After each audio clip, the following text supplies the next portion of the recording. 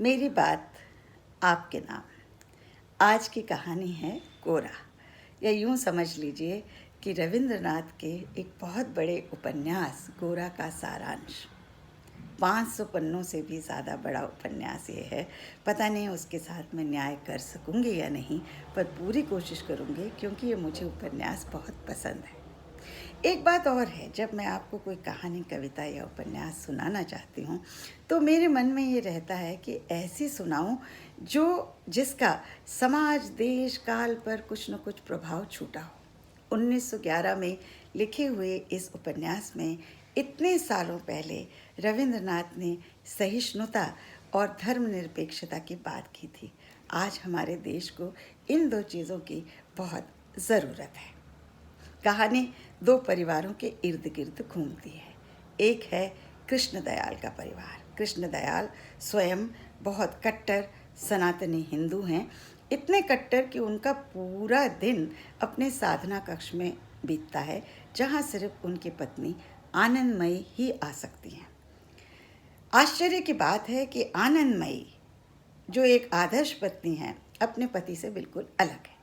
सहिष्णु हैं, सरल हैं, सभी धर्मों का आदर करती हैं, जबकि कृष्णदयाल जाति प्रथा में विश्वास करते हैं, छुआछूत में विश्वास करते हैं। उनका बड़ा बेटा है गोरा, बहुत सुंदर, हट्टा कट्टा, लंबा चौड़ा, गोरे रंग का युवक। उसके गोरे रंग की वजह से उसकी माँ ने उसका नाम बचपन में बहुत प्यार से गोरा रखा था। लेकिन अफसोस, गोरा को वो अपने जैसे नहीं बना पाई थी। सहिष्णु गोरा अपने पिता की तरह कट्टर बन गया था। दूसरा परिवार है परेश बाबू का। परेश बाबू ब्रह्म समाजी हैं, लेकिन परेश बाबू सहिष्णु हैं।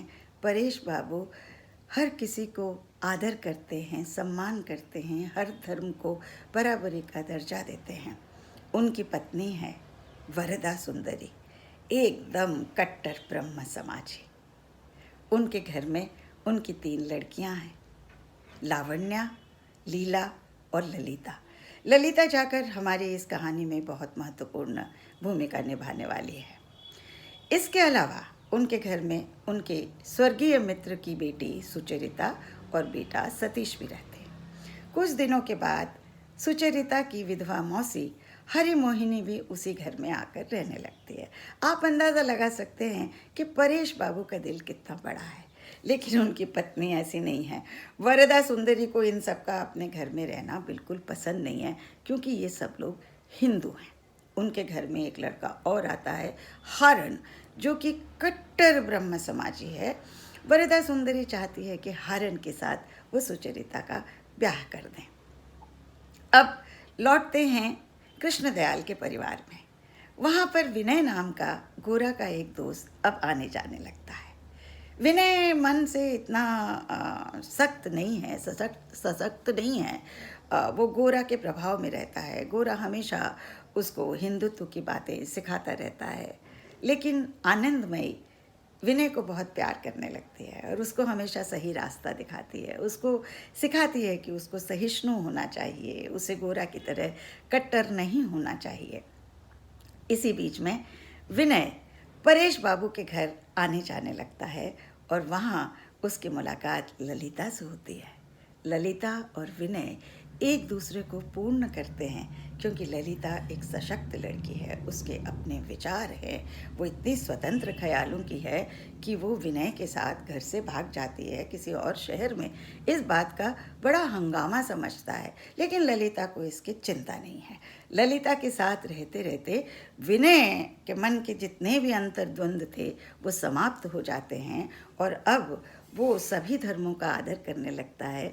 और इस बात को साबित करने के लिए लक्ष्मी, जो कि एक क्रिश्चियन महिला है और आनंदमयी की मदद करती है, उसके हाथ का बना हुआ खाना खाने लगता है।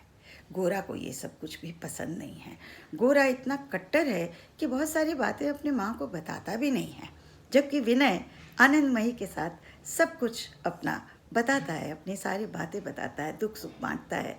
और आनंदमयी कहती है कि अगर वो ललिता को सचमुच प्यार करता है तो उसे ललिता से शादी कर लेनी चाहिए। और परेश बाबू भी ललिता और विनय के इस रिश्ते को बहुत अच्छे से स्वीकार कर लेते हैं। इन्हीं दिनों एक दिन परेश बाबू के घर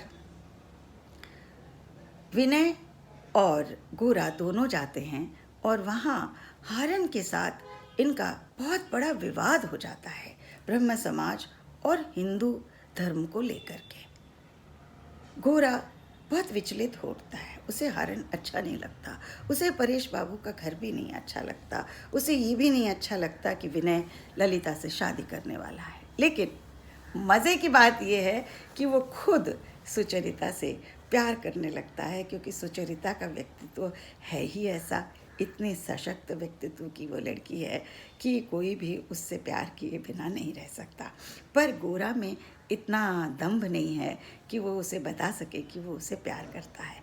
तो इस बात को झुठलाने के लिए, अपने आप को समझाने के लिए वो अपने दोस्तों के साथ एक यात्रा पर निकल पड़ता है। यहीं पर मैं आपको बता दूं कि ब्रह्म समाज की स्थापना राजा राम मोहन रॉय ने की थी, जिन्होंने सती प्रथा को भी इस देश से दूर किया था। वो यूरोप की 19वीं शताब्दी के लिबरलिज्म से बहुत प्रभावित थे। मैं राजा राम मोहन जी की बहुत सारी चीज़ों का बड़ा आदर करती हूँ। मैं ब्रह्म समाजी नहीं हूँ, लेकिन राजा राम मोहन राय भी बहुत कट्टर ब्रह्म समाजी कभी नहीं थे। तो वापस आते हैं कि गोरा जब अपने दोस्तों के साथ यात्रा पे गया था, वहाँ पर उसके दोस्तों के अंग्रेज़ों के साथ एक लड़ाई में उनको बचाने के चक्कर में गोरा जेल में पहुँच जाता है। अच्छा, फिर वो जेल से छूटकर वापस भी आता है, और जब छूट कर आता है तो वो देखता है कि यहाँ तो विनय और ललिता की शादी की सारी तैयारियाँ हो चुकी हैं। वो बहुत कोशिश करता है, लेकिन आनंदमयी विनय का पूरा साथ देती है और विनय की शादी ललिता के साथ हो जाती है। इस बीच में गोरा, जो कि नाराज़ है अपने दोस्त से, अपनी माँ से, सब लोगों से, अपनी शुद्धि प्रक्रिया करना चाहता है, क्योंकि वो जेल से आया था, अंग्रेज़ों के बीच में होकर आया था, और अपने आप को साबित करना चाहता है कि वो एक कट्टर सनातनी हिंदू है। वो ये विश्वास करता है कि हिंदू धर्म के माध्यम से ही इस देश को इकट्ठा किया जा सकता है। ये बता दूं कि ये जो उपन्यास है, ये 19वीं शताब्दी के उस पृष्ठभूमि पर लिखा गया जबकि हिंदुस्तान ना केवल अंग्रेज़ों के शोषण में था, अंग्रेज़ों के अधीन था, बल्कि अपनी बहुत सारी रूढ़ियों से भी ग्रसित था। उसमें से एक बहुत बड़ी रूढ़ी तो यही थी कि कट्टर हिंदुत्व।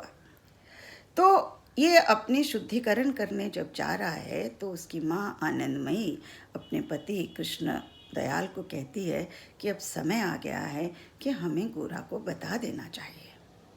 अब सोचिए, ऐसा कौन सा रहस्य है जो उन्हें गोरा को बता देना चाहिए। खैर, कृष्ण दयाल अपने बच्चे को इतना प्यार करते हैं कि वो कहते हैं नहीं, मैं उसे अभी बताना नहीं चाहता। और उधर गोरा अपने शुद्धिकरण के कार्यक्रम में व्यस्त है।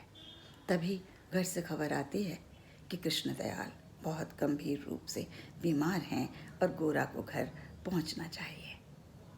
गोरा तुरंत घर पहुंचता है। कृष्ण दयाल उसे अपने पास बुलाते हैं और कहते हैं कि अगर मेरी मृत्यु हो जाती है तो गोरा, तुम मेरा श्राद्ध नहीं कर सकते। गोरा हतप्रभ है। गोरा पूछता है कि मैं आपका बड़ा बेटा हूँ, मैं आपका श्राद्ध क्यों नहीं कर सकता। तब कृष्ण दयाल उसे बताते हैं कि वो उनका अपना बेटा नहीं, उनका धर्मपुत्र है। उसके असली माता पिता आयरिश थे। 1857 की बगावत के समय जब उसके माता पिता भाग रहे थे बागियों से, तो उसके पिता की मृत्यु हो गई थी। उसके माता को उन्होंने शरण दिया था, लेकिन दुख की बात ये है कि गोरा को जन्म देते समय उसकी माता की मृत्यु हो गई थी। और उस समय उसकी माँ आनंदमयी ने बहुत प्यार से गोरा को अपना बेटा अपना लिया था। वो उससे इतना प्यार करती थी कि आज तक उसे पता भी नहीं चला कि वो उसका बेटा नहीं है। अपने बच्चों से ज़्यादा प्यार करती थी।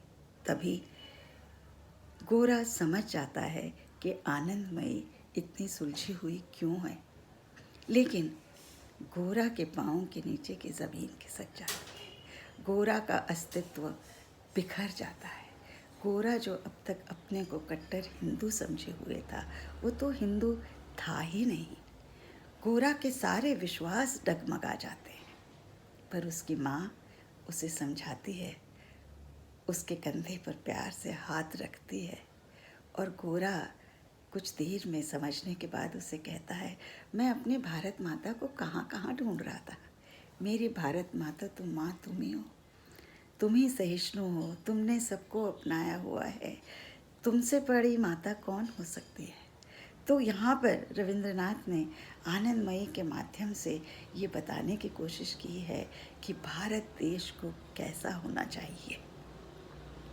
खैर, अपने आप से समझौता करने के बाद गोरा परेश बाबू के पास पहुंचता है, उनसे माफ़ी मांगता है, उन्हें अपने प्यार के बारे में बताता है, सुचरिता का हाथ मांगता है और उन्हें कहता है कि अब वो समझ गया है कि व्यक्तिगत धर्म का राष्ट्र धर्म से कोई विवाद नहीं है। देश को प्रेम करने के लिए ज़रूरी नहीं है कि आप किसी धर्म विशेष से प्रेम करो। देश को प्रेम करने के लिए किसी एक धर्म में आस्था का होना बिल्कुल ज़रूरी नहीं है।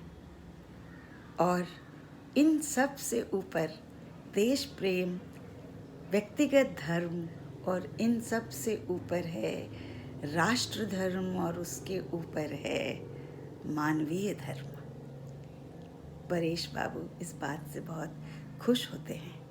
और आप ज़रा सोचिए कि रविंद्रनाथ ने इस कहानी के माध्यम से क्या क्या संदेश हमें देने की कोशिश की। आनंदमयी का गोरा को बचपन में अपना लेना, परेश बाबू का ललिता और विनय का रिश्ता कबूल कर लेना, गोरा का बाद में अपनी माँ को भारत माता कहना, ये सब मानवीय मूल्यों का दर्शन करते हैं। इस उपन्यास के ज़रिए रविंद्रनाथ ने इतने सालों पहले हमें ये संदेश देने की कोशिश की कि व्यक्तिगत धर्म से ऊपर है राष्ट्र धर्म और राष्ट्र धर्म से ऊपर है मानवीय धर्म। अगर आपने ये उपन्यास नहीं पढ़ा है तो इसे ज़रूर पढ़ें। ये बहुत सी भाषाओं में अनुदित है और मैं सोचती हूँ कि आज हमारे देश में जो बहुत से विवाद खड़े हैं उन सब को समझने के लिए, उनसे दूर बचने के लिए इस तरह की किताबों को पढ़ना बहुत ज़रूरी है, जो हमारे देश के उन नेताओं ने, उन लेखकों ने, उन समझदार लोगों ने लिखे जिन्होंने हमें आज़ादी दिलाई थी। उस आज़ादी को बचाए रखना हमारा सबसे बड़ा धर्म है।